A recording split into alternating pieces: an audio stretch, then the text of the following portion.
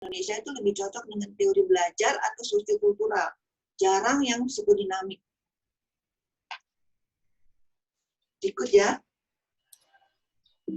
pendekatan psikodinamik atas gangguan fobia. Ya, ini yang paling banyak diterapkan.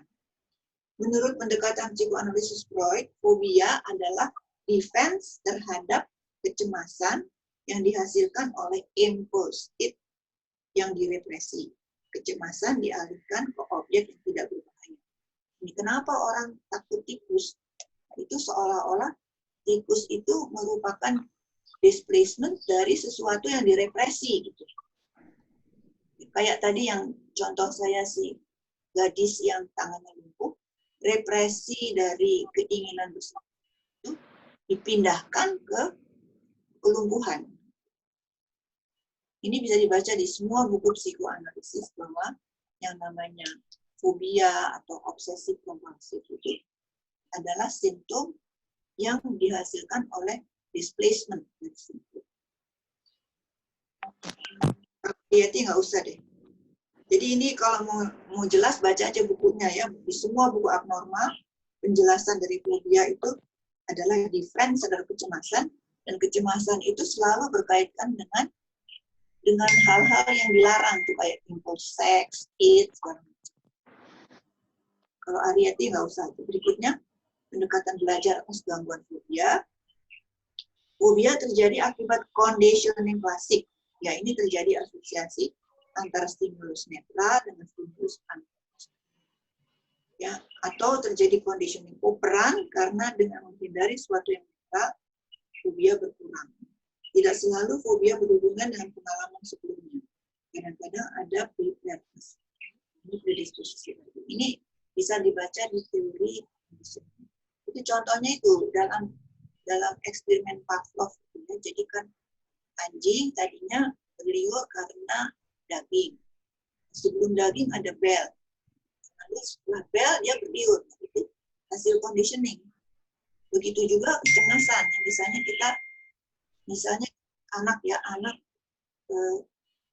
ke laut, terus airnya masuk ke hidung, terus dia sakit kan. Nah, selanjutnya laut itu diasosiasikan dengan sakit, dia takut ke laut. Nah, itu contoh bahwa suatu kecemasan itu dihasilkan oleh kondisi klasik. Ngerti nggak? Ngerti, Bu. Siap. Ya. Jadi banyak sekali teori simptom-simptom yang dihasilkan oleh kondisi klasik atau kondisi operan. Kayak misalnya ya, anak kecil kalau mau apa-apa dia teriak-teriak. Terus kalau dia teriak-teriak, ibunya datang dikasih. Itu kondisi operan. Dia menggunakan tangisannya atau teriakannya untuk mendapatkan sesuatu.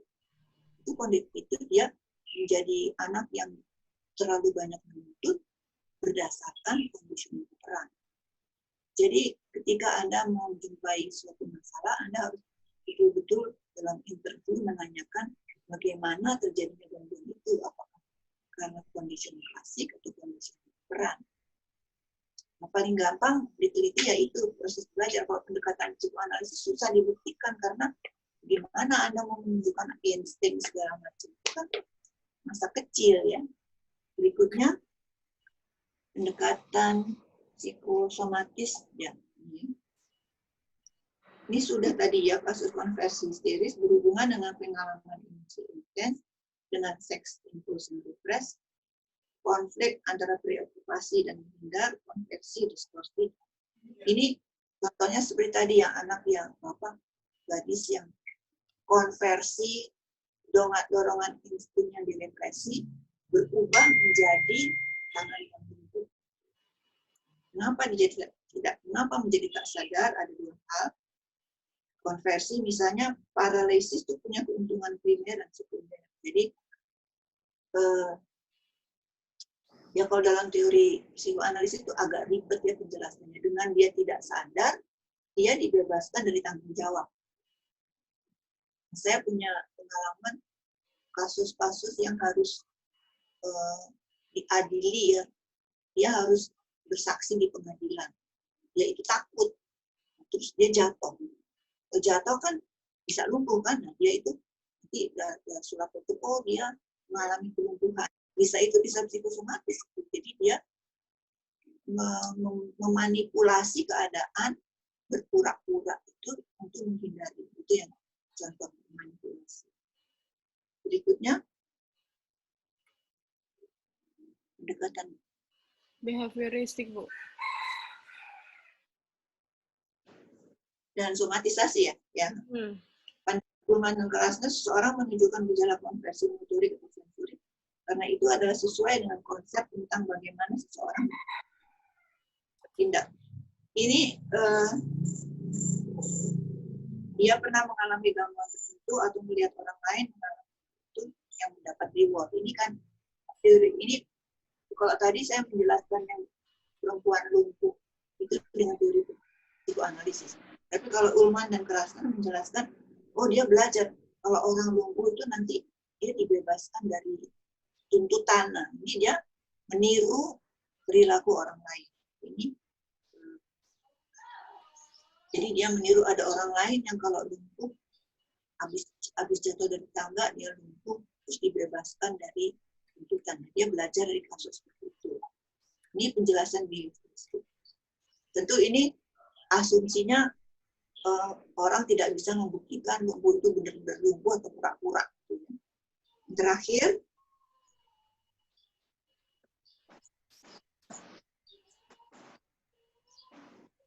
ini terakhir psikopatologi dan penjelasan teori. Ya. Jadi pandangan psikodinamik mempunyai bukti-bukti kasus, tetapi tidak selalu meyakinkan.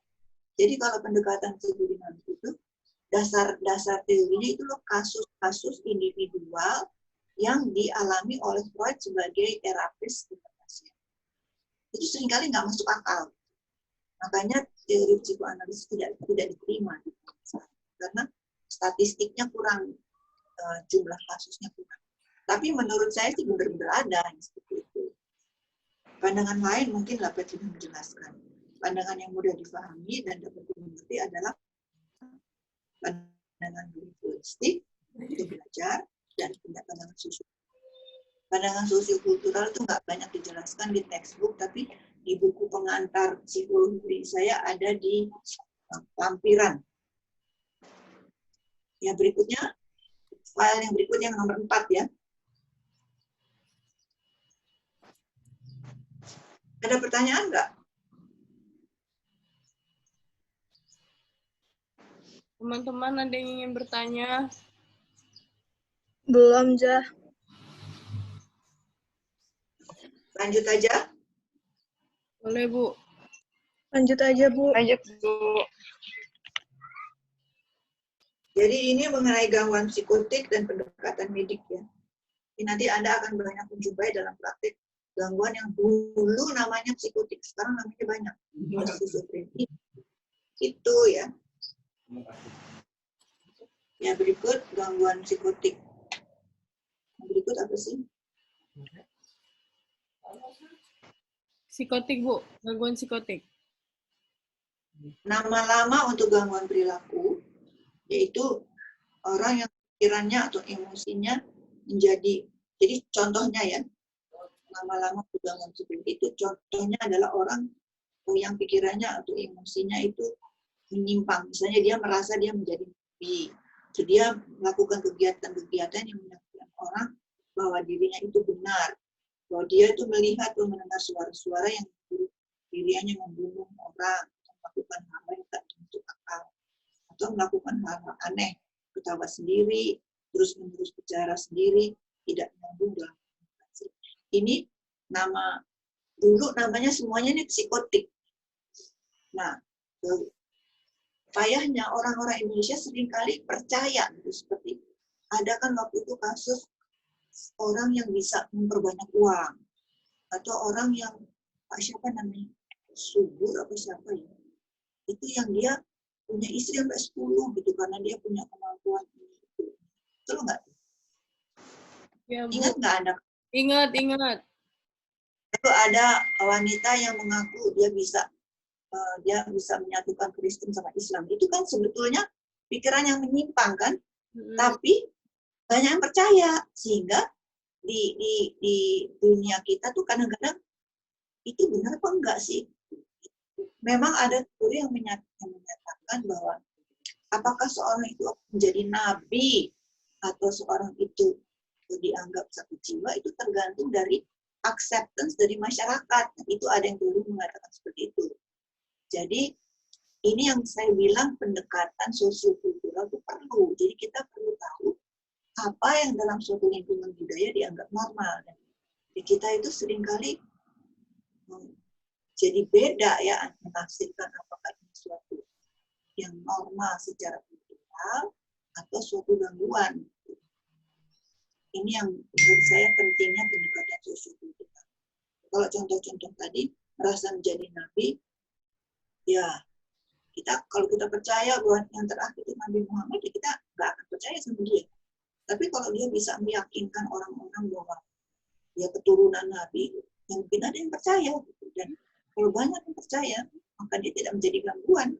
Dia menjadi gejala seperti yang pernah ada kanjeng siapa gitu yang bisa memberikan uang.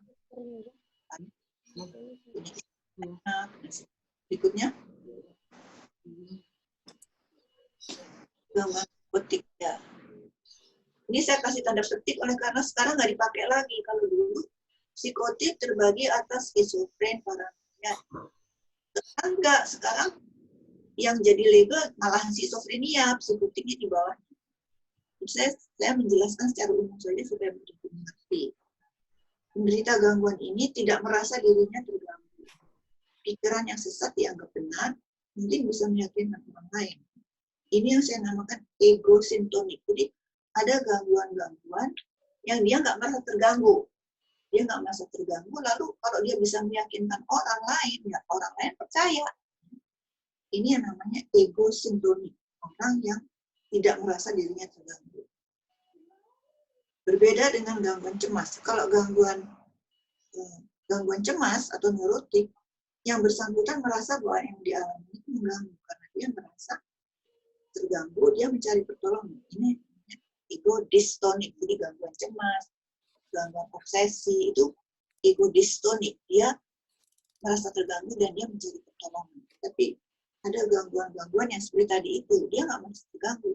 Tapi lingkungan merasa terganggu. Ya, misalnya orang yang sering bohong, ya, atau orang yang selalu mengandalkan jasa orang lain. Misalnya kalau waktunya makan, dia bertamu, dia makan tempat orang. Dia menganggap itu untung gitu. Itu kan masyarakat terganggu kan. Nah, itu ego sintonik itu. Dan yang ego sintonik itu seringkali dinamakan juga psikopat atau sosiopat. Berikutnya, gangguan psikotik atau reaksi psikotik. Ini kembali lagi pada yang tadi. Kadang-kadang sesuatu itu cuma sementara, itu menjadi reaksi. Atau berkelanjutan, itu menjadi gangguan. Psikosis atau gangguan psikotik adalah gangguan pikiran yang tidak bisa membedakan antara realita dan fantasi. Maksudnya dia merasa terus-terus dikejar-kejar. Lalu kalau kita bilang, itu kan pikiran kamu sendiri. Enggak, benar kok. Nah itu, dia yakin bahwa itu benar, tapi kita yang dari luar menganggap itu yang tidak benar. Jadi orang itu tidak bisa membedakan antara pikiran, fantasi dengan realita. Jadi orang-orang yang mengalami psikosis atau gangguan psikotik itu mengalami apa yang dinamakan gangguan dalam pemahaman realita, reality testing. Bisa menjadi, kalau sangat parah menjadi gangguan. Kadang-kadang hanya reaksi. Jadi kadang-kadang orang tuh cuma sementara aja merasa bahwa bisa diikutin orang. Tapi akhirnya dia sadar, itu cuma tadi saya kok begitu ya. Dia sadar bahwa itu merupakan fantasi. Itu berarti itu cuma sementara. Itu reaksi psikotik.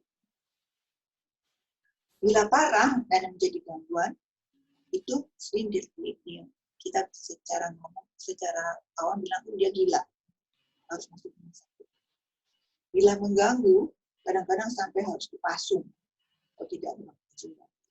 Jadi yang membedakan apakah itu suatu reaksi atau suatu gangguan adalah keberlanjutannya dan kesadaran orang yang bersangkutan bahwa itu cuma sementara. Berikutnya, gangguan ya. Dalam rentang normal abnormal, gangguan psikotik itu lebih parah. Orang yang psikotik tidak sadar bahwa ia sakit. Itu yang saya bilang tadi. Ego sintomik, yang merasa yang sakit. Sedangkan orang yang neurotik itu sadar. Jadi neurotik itu dianggap lebih tidak separah psikotik karena orang neurotik sadar. Pada penderita neurotik, kegiatan sehari-hari relatif tidak.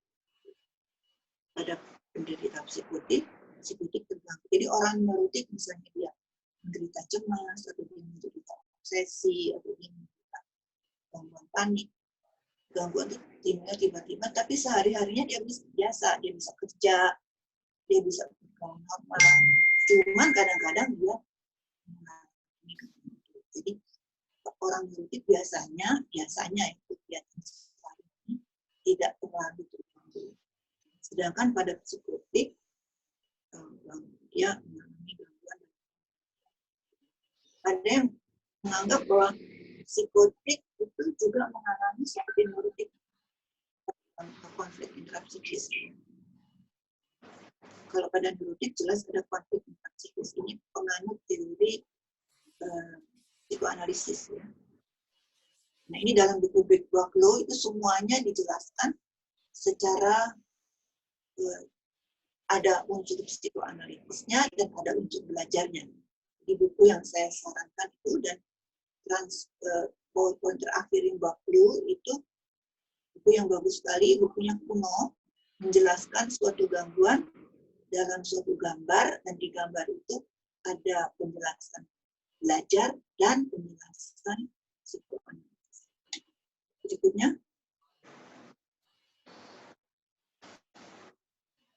Bu. Ya, pada awal, pada masa dulu, ini Kraepelin nama orang ya, Kraepelin dan Bloyer itu nama orang ahli psikiatri yang kemudian menciptakan tes. Dibedakan antara gangguan psikosis afektif, gangguan paranoid, dan gangguan skizofrenia. Dulu namanya demensia precox, skizofrenia namanya demensia. Dulu disangka itu orang skizofrenia itu orang yang pikun belum waktunya gitu, mengalami kepikunan belum waktunya. Tapi sekarang sudah jadi alat psikosis skizofrenia adalah pikiran yang terpecah, hubungan dengan realita, hubungan antara perasaan, perilaku, dan pikiran juga terpecah. Ciri utamanya adalah tidak ada kontak emosi. Jadi ini pemahaman skizofren yang dulu. Yang menurut saya sekarang juga masih berlaku. Jadi kalau orang sudah kita nggak ada kontak psikis, itu lebih cenderung skizofren. Dan ini ada kecenderungan seperti itu. Pada psikosis lainnya, psikosis afektif dan paranoid, masih ada kontak emosi. Jadi menurut saya kalau skizofren itu ciri utamanya nggak ada kontak emosi. Berikutnya, gangguan psikosis. Simptom dapat dibagi, ini sebelum ada DSM ya, simptom dapat dibagi yang kognitif, itu denken, atau afektif. Misalnya perspektif tidak runtut, inkoheren, atau emosi berubah tanpa sebab masuk akal, dari sedih menjadi senang. Ini adalah simptom yang terakhir itu simptom afektif, yang awal simptom pikir. Jadi kalau ada orang ngomong, kita mesti perhatikan dia ngomongnya menclak, inkoheren, atau runtut, koheren. Berikutnya, dalam beberapa kasus perubahan aspek atau proses kognitif tentunya bisa. Ini ada perusahaan. Ini Anda sudah belajar teori neuropsikologi. Kadang-kadang sesuatu yang kita anggap skizofren sebetulnya dasarnya itu kerusakan otak, tapi itu perkembangan yang lalu. Berikutnya, gangguan psikotik dalam DSM-4 termasuk gangguan skizofrenia dan psikotik lain. Label skizofrenia terdiri dari beberapa tipe, yaitu paranoid, disorganisasi, katatonik, tak terinci, tekstual. Ini label dalam DSM. PPDGJ menggunakan label skizofrenia, paranoid, disorganized, katatonik. Istilah psikosis tidak jadi kata depan lagi ya. Jadi ini perubahan label, makanya saya nggak mau membahas itu semua, saya membahas dasar ya. Yang lain Anda harus belajar sendiri dari itu.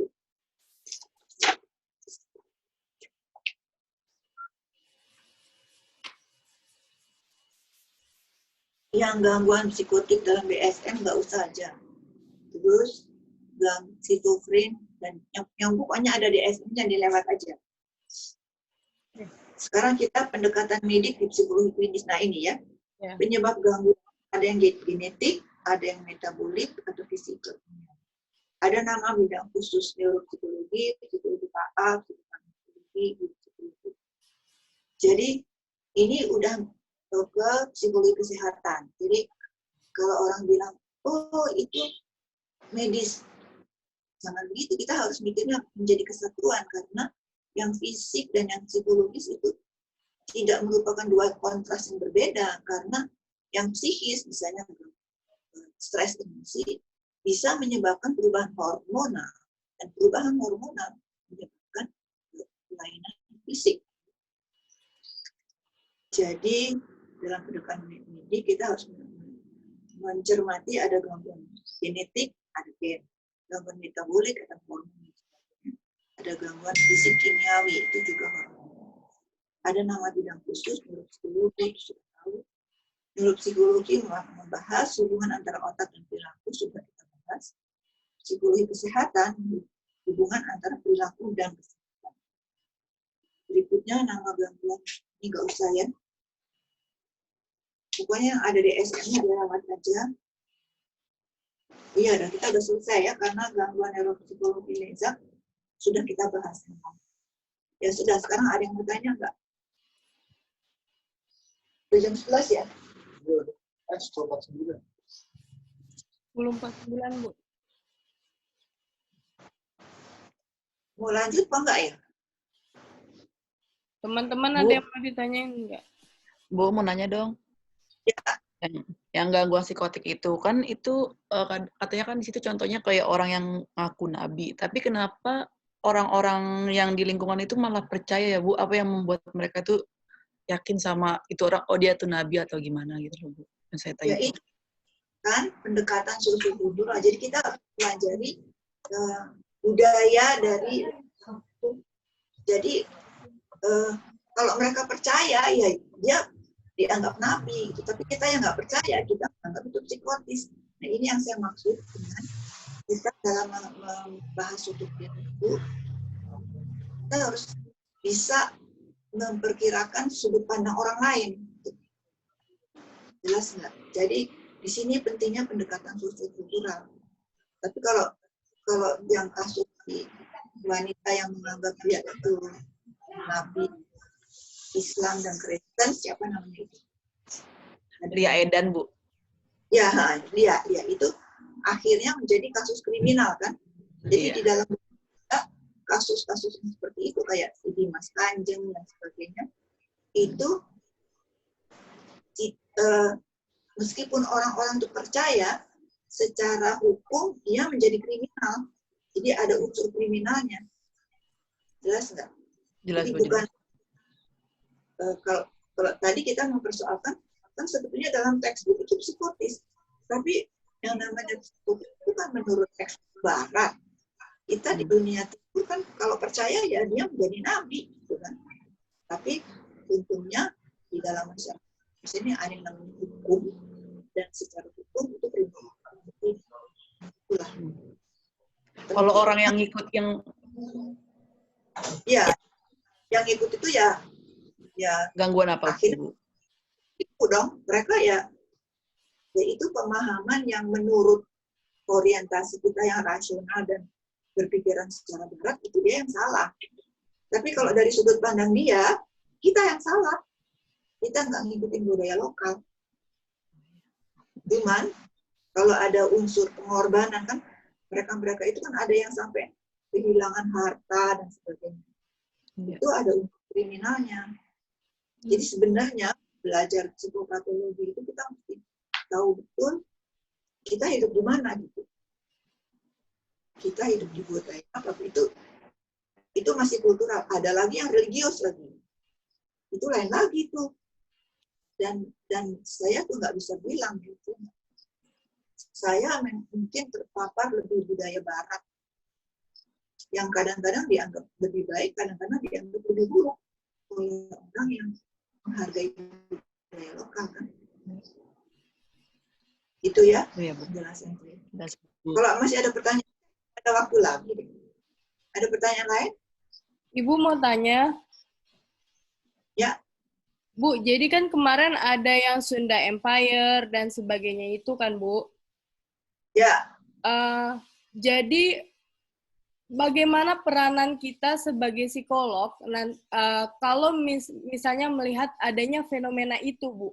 Apakah kita menunggu sampai kita diminta untuk menjadi ahli atau kita bisa langsung turun tangan untuk melihat fenomena, mengamati fenomena itu lebih dekat seperti itu, Bu? Saya nggak bisa jawab itu ya. Artinya kita bisa menanggapi fenomena itu secara umum ya. Jadi kadang-kadang kita tuh terlalu khusus terus melabel orang sakit, jangan. Jadi kalau kita menanggapi hal itu secara kultural begini, nggak apa-apa. Tetapi yang Sunda Empire itu kan akhirnya pun ada motif-motif tertentu kan. Ya, betul. Dan itu sebetulnya orang-orang yang pandai memanipulasi mencari kesempatan. Itu yang kita baru tahu belakangan kan. Betul nggak? Ya? Nah, hal-hal seperti itu kita mesti hati-hati ya. Jadinya ya orang yang rasional kayak kita yang ya itu aneh gitu. Tapi kita juga mesti tahu pandangan orang yang menganggap itu nggak aneh kan. Gimana mereka berpikir. Kalau bisa, kita mengajak yang berpikir seperti itu menjadi berpikir seperti kita. Dan itu nggak gampang. Apalagi kalau mereka udah yakin. Nah, orang kita kadang-kadang keyakinannya begitu kuat, sehingga dia menganggap yang realita itu hanya yang didasarkan keyakinan dia. Jadi psikologi umum, psikologi sosial, ini bukan psikologi klinis lagi. Yang membangun namanya belief system itu kan psikologi sosial. Jadi di budaya kita itu kalau sudah menjadi keyakinan, dia udah menutup persepsi terhadap yang lain. Jadi susah gitu ya, kayak teroris, kayak apa itu kan nggak bisa diajak ngomong kan, karena mereka sudah punya keyakinan yang menutup persepsi, ya, mengikuti persepsi kita. Jadi saya nggak bisa jawab gini atau begitu ya. Ini fenomena yang khas Indonesia ya, yang kita harus diskusi dengan ahli lain. Oke, Bu, siap. Jadi kalau kita harus terjun langsung apa enggak, saya nggak bisa bilang, tergantung situasi. Kalau kita diminta ya kita memberikan analisa seperti saya tadi ngomong itu tadi. Kita lihat norma masyarakat, cara berpikir manusia yang di daerah itu, selain daripada yang kemungkinan patologis dari yang punya ide itu ya, yang punya ide itu yang menurut saya punya ide yang manipulatif, dia memanfaatkan keyakinan. Itu cukup? Cukup, Bu. Terima kasih, Bu. Udah jam 11 ya, udah selesai ya. Iya, Bu. Jadi gini, sebetulnya yang kalau yang psikologi Anda masih mesti presentasi ya.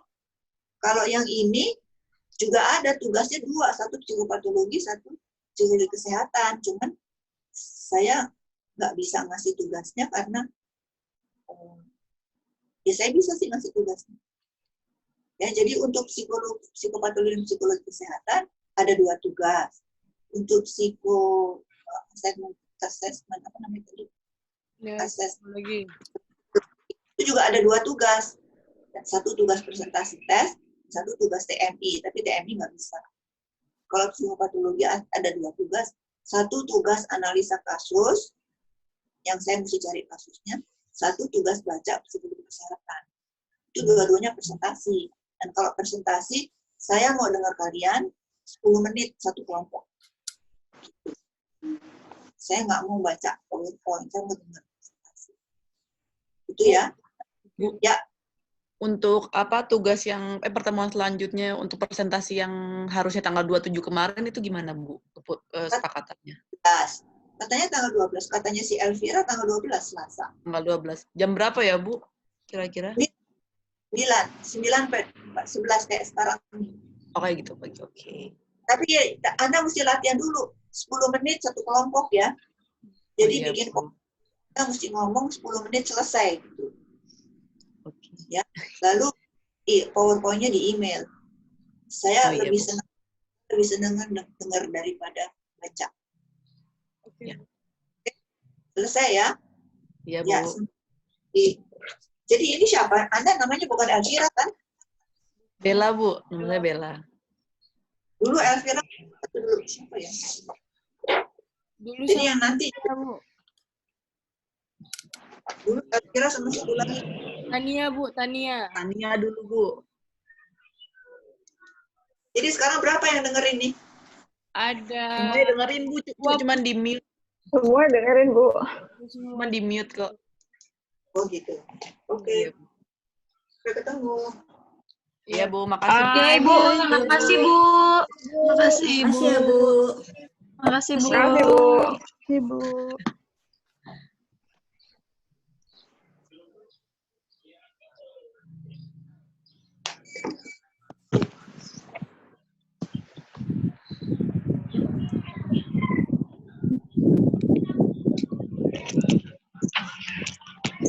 ada guys.